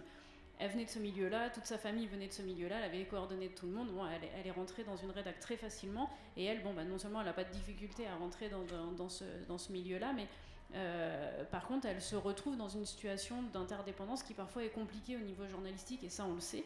C'est-à-dire, en gros, jusqu'où on va pour avoir une info, qu'on négocie avec son média, mais qui nous empêche de... Mais c'est pas spécifique au sport, parce que c'est vrai aussi en politique. C'est-à-dire, en gros, j'ai les infos. Si j'ai un discours qui est trop critique, je pourrais plus y aller. En sport, on sait qu'il y a le fait de mettre des notes, par exemple, à des sportifs. Il y a des médias qui veulent absolument ça.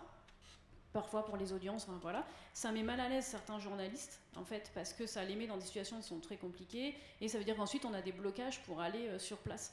La question du genre se rajoute à ça, mais je dirais que là-dessus joue surtout spécifiquement les rédactions, c'est-à-dire en gros quand vous arrivez et que vous êtes...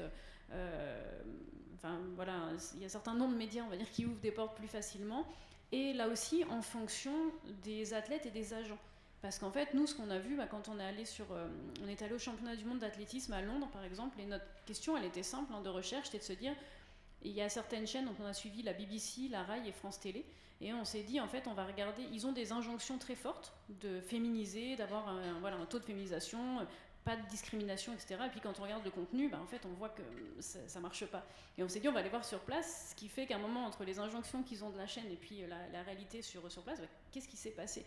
Et en fait, ce qui s'est passé, c'est les différents filtres. C'est-à-dire, en gros, est-ce que j'ai les droits ou pas ? Où est-ce que je peux me rendre en tant que journaliste ? Parce que quand j'ai une accréditation, ça ne veut pas dire que je peux aller partout.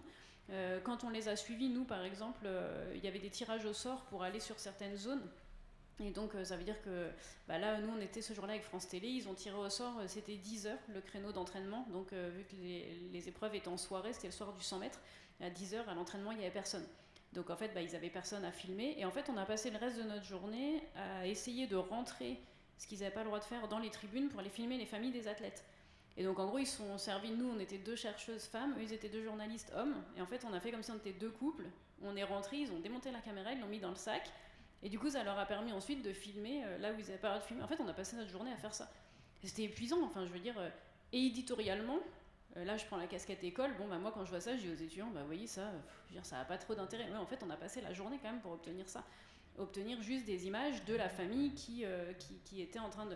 Donc la réalité, c'est aussi que sur place, parfois, c'est très contraignant. Donc il y a le réseau qui est là, mais il y a aussi ce qu'on peut faire ou pas sur place, les relations qu'on a avec les agents.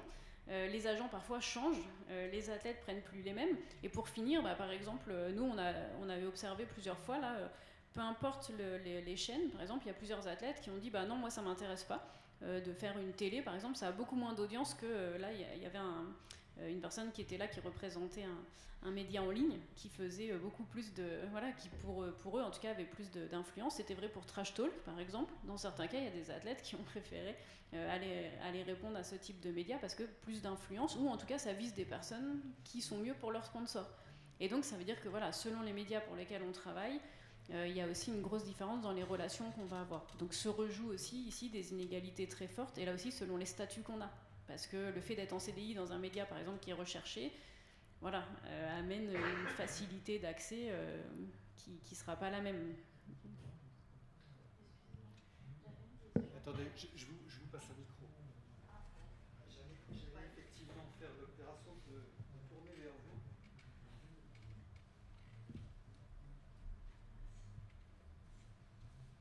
J'espère que ça va pas paraître stéréotypé, mais j'avais une question en fonction des différences notoires qu'il pourrait y avoir par rapport au sport. Est-ce que les cas de violences sexistes et sexuelles sont plus fréquents sur certains sports que d'autres ?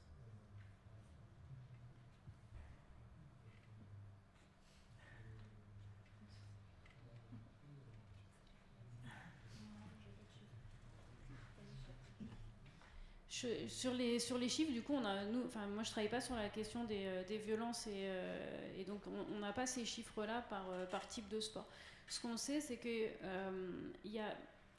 de façon globale, on sait qu'il y a beaucoup plus de risques de rencontrer des violences sexuelles et sexistes dans les secteurs qui sont les plus masculins, parce que ce sont les secteurs qui en fait fonctionnent sur des codes qu'on appelle masculins et qui amènent à cette idée d'être plus viril, de pas. Et on sait que ça pose problème aussi à des hommes, puisqu'il y en a plusieurs qui ont témoigné. Et nous, dans les enquêtes qu'on fait, on interroge à chaque fois les hommes et les femmes, parce que sinon, il y a un biais de genre. On ne sait pas si les différences sont liées au fait que ce soit des femmes ou pas. C'est ça, et ça, c'est toujours à prendre en considération, parce que c'est pas parce qu'on est plusieurs à être des femmes et qu'on rencontre ça que c'est lié au fait qu'on soit des femmes. Et donc, nous, on fait très attention à faire ça en recherche. Et ce qu'on voit, c'est qu'effectivement, plus le secteur est uniquement masculin, et plus ça montre qu'il y a des résistances à une féminisation, et plus ça montre généralement le fait de partager l'idée même qu'on est mieux entre hommes, par exemple. Et donc ça amène, on va dire, un système qui permet beaucoup plus facilement, par exemple, de faire des blagues, etc. Ce qui est très marrant, enfin marrant au sens intellectuelle, c'est de se dire que dans ces secteurs-là, en fait, quand on interroge des journalistes hommes, ils sont plusieurs à dire qu'en fait, ils ne se retrouvent pas dans cette ambiance, mais que, en fait, ils partagent ça parce que le métier leur plaît. Et nous, on a plusieurs qui ont témoigné en disant « ça me pèse pas plus que ça, mais c'est vrai que, je fais des blagues de cul, des fois, je m'invente une vie sexuelle en gros, pour faire un peu rire dans ce secteur-là. » Et donc, ça, c'est des éléments qui sont partagés, en fait, parce qu'on se représente la façon dont doit être l'ambiance ici. Et ça, effectivement, c'est plus sur certains types de sports. Après, on l'a bien vu, j'ai envie de dire, peu importe les médias et peu importe les fédés, mais aussi peu importe ce qu'on met en place, parce que parfois c'est très difficile à vivre, mais on met en place plein de choses, et en fait, ça n'empêche pas, on ne peut pas empêcher institutionnellement, et ça c'est compliqué, on peut faire ce qu'on veut, mais on ne peut pas empêcher qu'il se passe des choses au sein d'une rédaction, et par contre, le fait d'avoir des outils, c'est important. Dans la dernière enquête qu'on a menée, là, ce qu'on voit, c'est que les journalistes ne se saisissent quasiment pas des outils qu'ils ont, et que dans la majorité des cas, ce qu'on a fait là sur la France, la Suisse et la Belgique, et donc c'était pas spécifique à la France, les journalistes n'étaient pas au courant, pour la majorité, de ce qui existe dans les rédactions pour les protéger. Par exemple, plusieurs ont dit avoir des situations très fortes de harcèlement sexuel. Ce que tu as raconté, par exemple, typiquement, normalement, dans chaque rédaction, maintenant, il y a des procédures. Et ça veut dire qu'il y a quelque chose à mettre en place. Et en fait, d'une part, les journalistes ne les connaissent pas. Et alors après, une fois qu'on les connaît, quand on les met en place, ça peut être très compliqué, surtout si on a un statut de précaire. Voilà, donc il y a tous ces éléments-là qui sont compliqués. Mais je dirais globalement, peu importe les types de sports, et peu importe, on peut être concerné dans l'ensemble des sports, y compris quand il n'y a que des femmes. Parce que ce qui a été montré, là je parle partie rédaction, je veux dire, il y a des rédactions dans lesquelles il n'y avait que des femmes, et dans lesquelles il y a eu des gros problèmes de harcèlement et de violence managériale. Et donc c'est pas parce qu'il y a des hommes que... voilà. En fait, l'ambiance, elle est tellement normalisée que pour tout le monde, c'est un truc qui est OK, alors que ça l'est pas du tout. Je vous reprends mon cas de harcèlement. Je vous dis, ça a duré plusieurs années, donc vous imaginez bien qu'il y a plein de gens qui ont vu ce qui m'est arrivé. Il n'y a jamais personne qui a dit à ce mec-là, mais stop en fait, ferme-la, t'as pas à dire des choses comme ça, à moi ou à d'autres. Et en fait, par contre, quand j'ai témoigné, j'ai reçu des dizaines de messages d'anciens collègues. Oui, j'ai vu, oui, j'aurais dit, mais en fait, même moi, je me disais, c'est peut-être la normalité en fait. Ils racontent des blagues de cul à longueur de journée, des blagues ou leur vie sexuelle, ou j'ai fait ça à un tel, etc. C'est peut-être la normalité. En fait, c'est le problème et c'est ce qu'on essaie de mettre en place. Et notamment via l'association, on essaie d'avoir en contact... Déjà, nous, on a mis en place une cellule qui fait que si une jeune journaliste, une jeune consoeur est victime de violences sexistes sexuelles, elle peut nous contacter, nous. On est aussi en contact avec MeToo Media qui, l'association a mis beaucoup de formations en place pour recueillir la parole des femmes. Et on essaie aussi d'être en contact avec les référents harcèlement dans chaque rédaction. C'est pas toujours simple, ça devrait être le cas partout. Parfois ça n'existe pas, parfois les personnes nommées font grincer des dents parce qu'on sait en interne que c'est pas les plus cool. Et là, depuis tout à l'heure, on parle des femmes, mais en fait, ce qu'il faut se dire, c'est que c'est la même chose pour les minorités, entre guillemets, parce que là, on est tous blancs. Donc on a beaucoup moins de mal encore dans la vie que si on est une femme noire, arabe, peu importe en fait. Ça c'est difficile, encore plus. Si on est homosexuel, un homme homosexuel dans les rédacs de sport, j'en ai fait quelques-unes, il n'y en a aucun qui l'a ouvertement dit. Pourquoi ? Parce que sinon il serait discriminé. Parce qu'en fait toute la journée il entend des blagues homophobes. Donc se déclarer ouvertement homosexuel, qu'on soit une femme ou un homme, c'est hyper compliqué. Donc en fait, on est une minorité parce qu'on est une femme, mais il y a les autres minorités qui souffrent également. Et si vous regardez la télé, on aime dire que la télé féminise davantage la profession de journaliste de sport. Mais en fait, c'est des stéréotypes de femmes. On est toutes blanches, blondes. Marie Portolano le dit très bien elle-même. Elle s'est rendue compte qu'elle faisait partie de ce système qu'elle voulait combattre. Elle le dit dans son livre. Et en fait, les femmes noires, par exemple, on les compte sur le doigt de la main. Et autres racisés, voilà, mais c'était pour vous dire, c'est toutes les minorités en fait. Et par rapport à ce que disait aussi Sandy, le fait de ne pas mobiliser certains outils, ça dépend aussi des statuts que l'on a. C'est-à-dire que moi j'ai été frappé lorsque à Radio France, il y a eu cette grosse enquête lancée sur les troubles psychosociaux, etc. En fait, le fait qu'on ait un dispositif lourd avec l'intervention, enfin les syndicats comme partenaires, etc., ça a fait remonter des informations qu'entre guillemets tout le monde connaissait, mais qui n'avaient jamais été complètement explicitées, et ça a permis, d'après ce que j'ai compris, en tout cas dans le certain nombre de rédactions de France Bleu, de traiter d'une toute autre manière ces problèmes de harcèlement, par exemple. Le fait effectivement qu'on soit, par exemple, si on prend une procédure comme à Radio France, où on a la période pigiste, je ne sais plus comment, après le planning, etc., c'est toute une période où pouvoir mobiliser ces outils, entre guillemets, c'est extrêmement compliqué parce qu'on se sent complètement vulnérable, quoi. Il me semble. Hein. Oui, la précarisation du métier fait que on ne dit rien. Il y a Radio France, donc à Radio France pour rentrer, au début on rentre à la pige. Ensuite, on tente de passer le concours interne qui s'appelle le planning.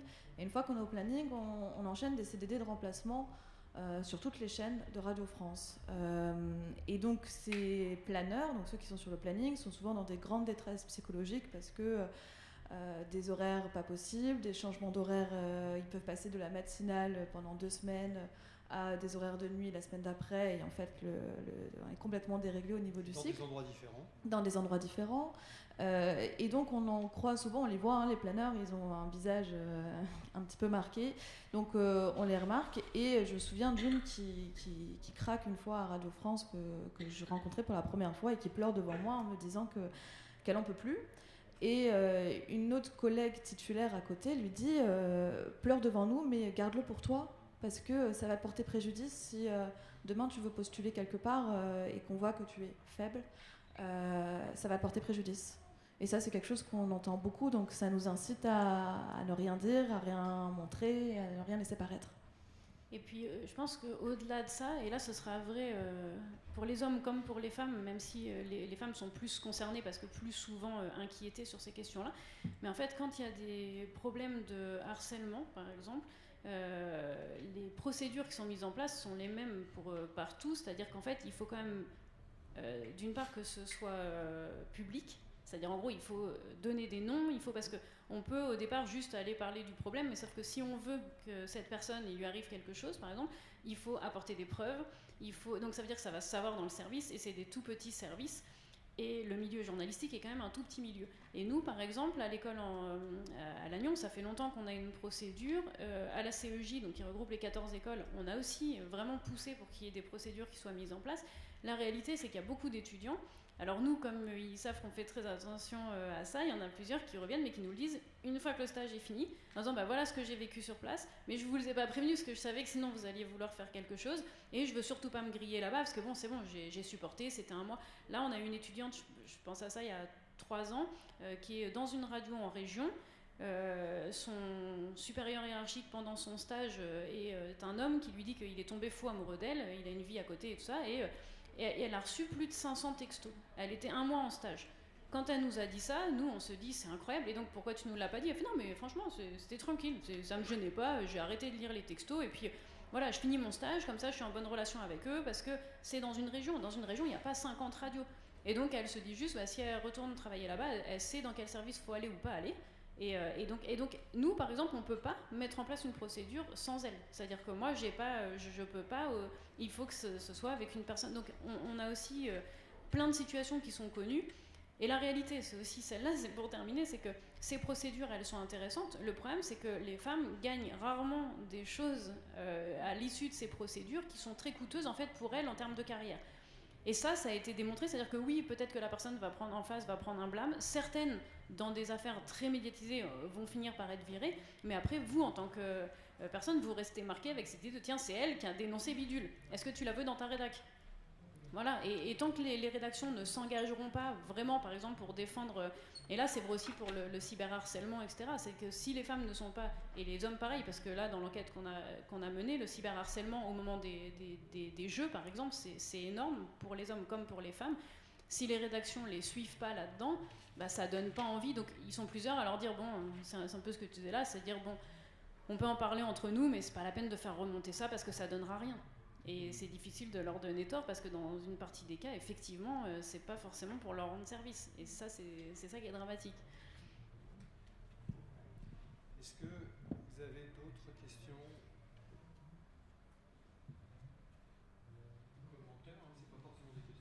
Bonjour,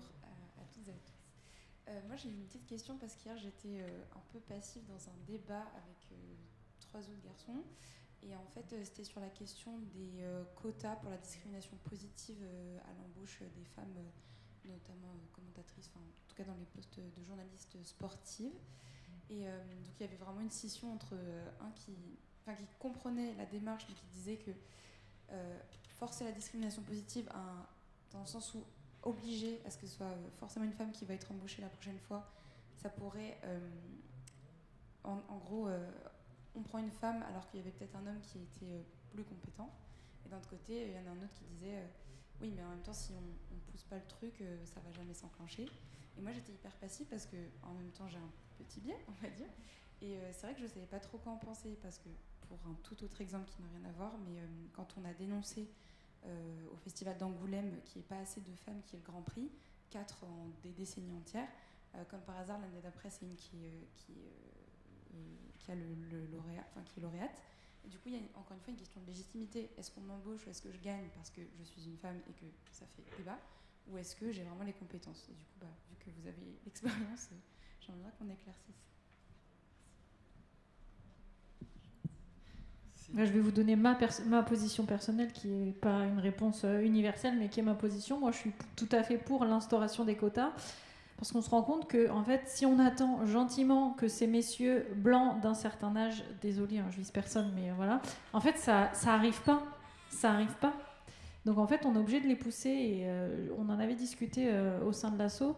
On avait vu le discours de Christine Lagarde, qui avait parlé de ça, qui à la base était contre les quotas, et en fait elle, avec le FMI etc., elle s'est rendue compte que les postes à responsabilité on ne leur donnait pas aux femmes sans ces quotas là. Donc ça c'est ma réponse personnelle, et on entend tous les jours des hommes nous dire ouais mais si on prend une femme peut-être qu'il y avait un homme plus compétent. Mais en fait c'est aussi l'inverse tous les jours en fait. Moi dans mon métier j'ai été en CDI à RMC. Quand il y a eu un plan social, je me suis rendu compte qu'il y avait un homme moins compétent, mais vraiment pas une histoire c'est un jugement de valeur, c'est qu'il faisait moins de choses que moi. Il était payé 300 € de plus que moi. Quelle raison? Je sais pas. Enfin, si je sais, mais voilà. Mais en fait, tous les jours, on a des hommes moins compétents que nous qui nous passent devant en termes d'avancement de carrière, de salaire, de position dans la hiérarchie. Donc en fait, si ça arrive à une femme, tant pis en fait, c'est le jeu. Et en fait, on se dit souvent pour blaguer que le jour où l'égalité sera là, ou moins l'équité, je sais pas, mais ce sera quand il y aura des femmes qui sont incompétentes à des postes à responsabilité, comme c'est le cas aujourd'hui pour certains hommes. Après, je ne vais pas répondre vraiment sur les quotas, mais parce que voilà, il y a des éléments qui ont été donnés, mais ce qu'on voit aussi, c'est que la définition de la compétence, en fait, n'est pas partagée. Donc ça, c'est un premier point, c'est qu'à chaque fois, on parle de ça en disant, il y a beaucoup de responsables de rédaction qui disent, j'aimerais bien embaucher des femmes, mais pour l'instant, il n'y en a pas de compétences sur tel sujet, tel sport, tel... Et ça, en fait, c'est des discours qu'on entendait aussi dans les premiers temps sur le journalisme, quand elles sont rentrées en journalisme, puis en politique, etc. Donc, c'est des discours qui sont récurrents. En fait, ce que certains chercheurs, pas spécialistes du journalisme, ont regardé, c'est cette notion de compétence. Et en fait, on se rend compte que derrière la compétence, on ne met pas du tout les mêmes choses. Parce qu'effectivement, au sein d'un service, on sait tous qu'il y a des gens qui sont compétents, par exemple, qui ont les réseaux, c'est une compétence. Mais par contre, dans la façon de parler, qui n'en ont pas, on sait juste aussi on voit certains journalistes qui ont une façon de parler qui est peut-être un peu solaire et qui entraîne les personnes. Mais par contre, le contenu, c'est pas foufou. Mais ça veut dire aussi que ça dépend beaucoup de ce qu'on attend, nous, en fait. Et on voit très bien les commentateurs, par exemple, en poste, là, créer aussi des scissions. Il y a vraiment des gens qui disent voilà, tel commentateur il est super, c'est la voix de tel sport, etc. Et puis en fait, il y en a plein d'autres qui attendent qu'une chose, et certains disent, d'ailleurs dans les enquêtes, on écoute, et en fait on regarde, mais on enlève le son, parce qu'on ne veut pas ce commentateur-là. Et donc ça montre bien qu'il y a aussi cette difficulté de en fait, qu'est-ce qui plaît ou pas. Pour les médias, c'est très difficile, parce que si je vise une audience, je vais essayer de prendre ce qui plaît au plus grand nombre. Et donc, comme j'ai pas vraiment d'accès, parce que je peux pas faire des enquêtes, alors on fait des enquêtes qu'on essaye d'être représentatives, mais sur une audience, c'est extrêmement compliqué. Donc parfois, eux-mêmes vont dire, on va prendre telle personne, c'est pas les plus compétents du point de vue technique ou du point de vue éditorial, mais par contre, c'est aussi ce qui plaît au public. Et donc, quand on parle de compétences, c'est ça qui est assez compliqué, c'est qu'on le définit jamais. Et donc, dans des médias, en fait, quelqu'un qui est compétent à l'AFP ne sera pas quelqu'un de compétent à RMC. Voilà, c'est ça aussi la vraie difficulté. Après, le dernier point, ce qu'on a montré sur les recrutements, c'est qu'il y a un biais, et ça c'est vrai pour tout le monde, et nous par exemple on travaille beaucoup dessus à l'école en journalisme. En fait, ce qu'ont montré toutes les recherches, c'est qu'on recrute des gens qui sont comme nous. Et donc, par exemple, si je viens d'un milieu plutôt populaire et que j'ai fait des études à l'université publique et que je me dis qu'il y a des gens qui travaillent dur, en fait, je vais recruter, moi, des candidats comme ça dans mon école. Et j'ai d'autres personnes qui sont avec moi, qui ont fait plutôt des hautes études et qui vont plutôt, elles, regarder le label. C'est-à-dire, en gros, quelqu'un qui aurait fait Sciences Po, ce serait mieux que quelqu'un qui aurait fait une fac. Voilà. Et en fait, le fait de recruter des gens qui sont proches de soi, ça veut dire aussi que ça dépend des personnes qui rentrent et qui parfois ouvrent la voie à d'autres profils. C'est pour ça qu'on a ce problème aussi de diversité. Donc c'est pour ça qu'il faudrait mieux définir la notion de compétence. Moi, je voudrais revenir sur cette notion de quota. Nous, on ne parle pas de quota à proprement parler, mais on parle surtout d'ouverture. Voilà. Et en fait, les choses, elles se sont faites assez naturellement sur les recrutements à l'intérieur du service, etc. Elles sont faites naturellement parce que moi, j'ai souvenir d'entretiens pour recruter sur un poste que je vais citer, notamment il y a une dizaine d'années sur la Formule 1, où on avait toujours, historiquement, on avait même eu ce qu'on appelait des barons de la Formule 1, des gens qui sont restés pendant 15 ans, 20 ans, etc. Puis moi, je me souviens de m'être retrouvé face à une candidate, c'était la première. Il y avait 3 candidats ce jour-là, et puis elle a assis toute la concurrence, quoi. On a terminé l'entretien, j'ai dit c'est elle. En fait, on va écouter les autres parce qu'elle était légitime. Voilà. Nous, c'est une question de légitimité, et souvent, voilà, qu'elles soient hommes ou femmes, est-ce qu'on répond à des critères, est-ce qu'on s'inscrit dans le projet, voilà.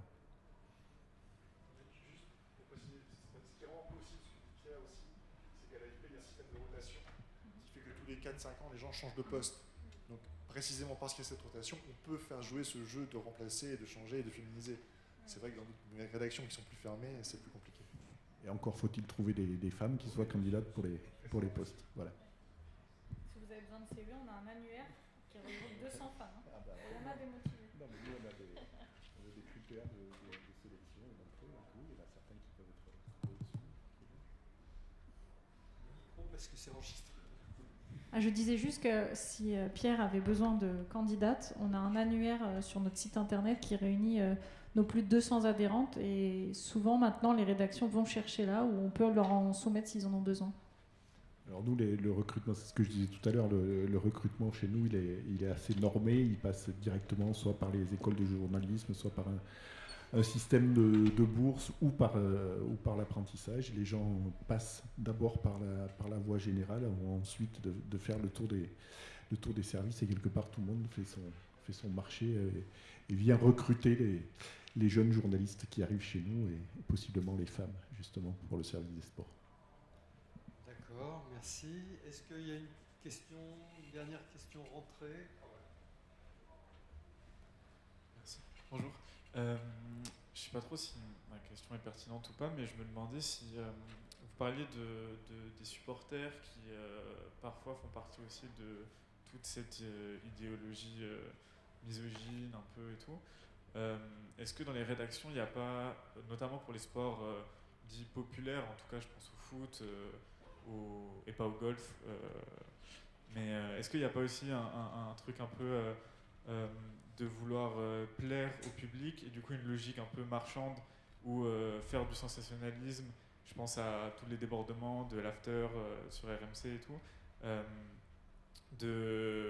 voilà, en fait vouloir parce qu'on est dans une logique du chiffre aussi, qu'on ait des directions et des rédactions qui soient beaucoup plus indulgentes sur les débordements des commentateurs, et du coup qui doit se percuter aussi sûrement en rédaction, parce que justement on a une audience qu'on juge plus enclin à vouloir de cette parole franche, un peu misogyne, un peu crue, et du coup dans le sport plus qu'autre part, pas se cacher, en tout cas, même si bon, c'est pas forcément mieux ailleurs, mais que ça soit moins, que ce soit beaucoup plus exposé, quoi.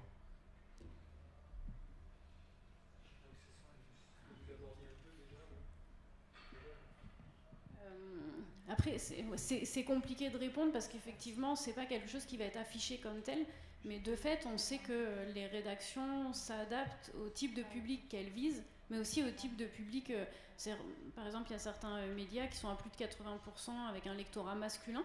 Et donc, clairement, par exemple, dans des entretiens que j'ai faits, donc on était plutôt aux alentours de 2010, plusieurs responsables de rédaction disaient nous, on évite de faire trop de sujets qui seraient destinés à un public féminin par crainte de perdre un public masculin qui ne se retrouverait pas là. Aussi pour une raison qui est historique, c'est-à-dire en gros le sport c'est un domaine historiquement masculin qui s'est aussi construit autour de la notion de virilité, d'encadrement du corps, enfin voilà, il y a tout un élément comme ça, et en fait pour certains d'entre eux c'était aussi l'idée de se retrouver dans un secteur dans lequel ils peuvent être entre eux. Et donc on perd ce côté-là quand on se retrouve avec effectivement des femmes, et c'était aussi tout un accompagnement, c'est-à-dire aller au stade, en laissant sa famille, si on fait de façon assez caricaturale, mais c'est-à-dire pour la soirée, pour être tranquille, pour aller entre amis, pour aller... et donc en faisant du sport un moment de socialisation, de sociabilisation entre hommes, quand on intègre des femmes, on perd ce côté-là. Et c'est vrai aussi pour une audience. Et ce qu'on voit aussi maintenant, c'est effectivement, comment dire, là encore, c'est la façon dont on définit ce qui est égalitaire, ce qui est dissible ou pas. Mais on voit qu'il y a certaines rédactions dans lesquelles le fait d'utiliser des propos qui sont ouvertement sexistes, c'est une façon de pouvoir réunir des personnes pour lesquelles on se dit voilà, on est entre mecs, on a le droit de dire ce qu'on veut, et puis ça fait du bien parce que maintenant on peut plus rien dire, on peut plus... Et donc ce discours-là, le fait de le tenir, effectivement, c'est viser une certaine audience et se couper d'une autre. Et comme le font, mais j'ai envie de dire, c'est vraiment un positionnement éditorial, comme on le voit sur d'autres positions plus politiques, par exemple, et effectivement, ça va sélectionner un type de public. On voit que c'est quand même un public qui va être assez présent, par exemple, sur les réseaux sociaux, parce qu'on trouve encore beaucoup de critiques sur les réseaux, quand il y a des femmes qui sont là. Moi, j'ai travaillé sur la boxe, de façon très récente, la boxe, l'entrée au JO 2012, donc c'est très récent. Bon, le nombre de remarques sur les réseaux pour dire ah non, vous n'allez pas en plus venir, y compris sur la boxe, qui était un bastion aussi, parce que le rapport à la violence, par exemple, qui était gênant pour les femmes. Et donc, à nouveau, c'était vous venez prendre ce territoire-là. Et ça veut dire un besoin, en fait, dans certains cas, d'avoir des secteurs qui soient distincts entre hommes et femmes. Et donc là, clairement, plus on va pousser à une rentabilité, et plus on risque de pousser effectivement à, on va dire, polariser ces éléments-là, quitte à surjouer ça pour aller chercher un public. Ça, c'est une réalité, pas que sur le sport, quoi. Et juste pour préciser qu'on est vraiment dans une espèce d'entre-soi, c'est que c'est de moins en moins vrai, mais ça a longtemps été vrai. Quand une femme entrait dans une rédaction, on la mettait en rivalité tout de suite avec, pas ses autres collègues pour un poste, mais avec une autre femme. Et en fait, les hommes se sentaient même pas menacés, parce que quand on entrait dans une rédac, il y avait un poste pour, je sais pas moi, une ou deux femmes, mais il y avait que ces deux femmes-là en rivalité. Ça a longtemps été vrai, j'espère que c'est un peu moins vrai. Et pour tout ce qui est sujet supporters, etc., il y a aussi des problèmes de violence dans les tribunes, dont on commence à parler. Et je vous invite à vous intéresser au travail que fait Her Game 2, qui est notamment associé à l'LFP, pour qu'il y ait plus de présence de femmes dans les tribunes, parce que les femmes veulent aussi aller voir des matchs de peu importe, foot, basket, hand, rugby, sans avoir à subir des commentaires, des attouchements ou voire pire.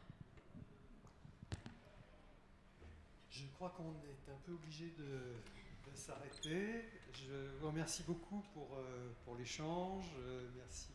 Merci à vous surtout. Et puis une petite information, c'est Sandy doit signer un livre, vous ne savez peut-être pas maintenant, et je suis aussi dans la même situation, donc si vous voulez continuer la conversation, on sera à la librairie. Et n'hésitez pas à prendre des petits prospectus de notre association, on vous les a préparés, ils sont là sur le bureau. Merci.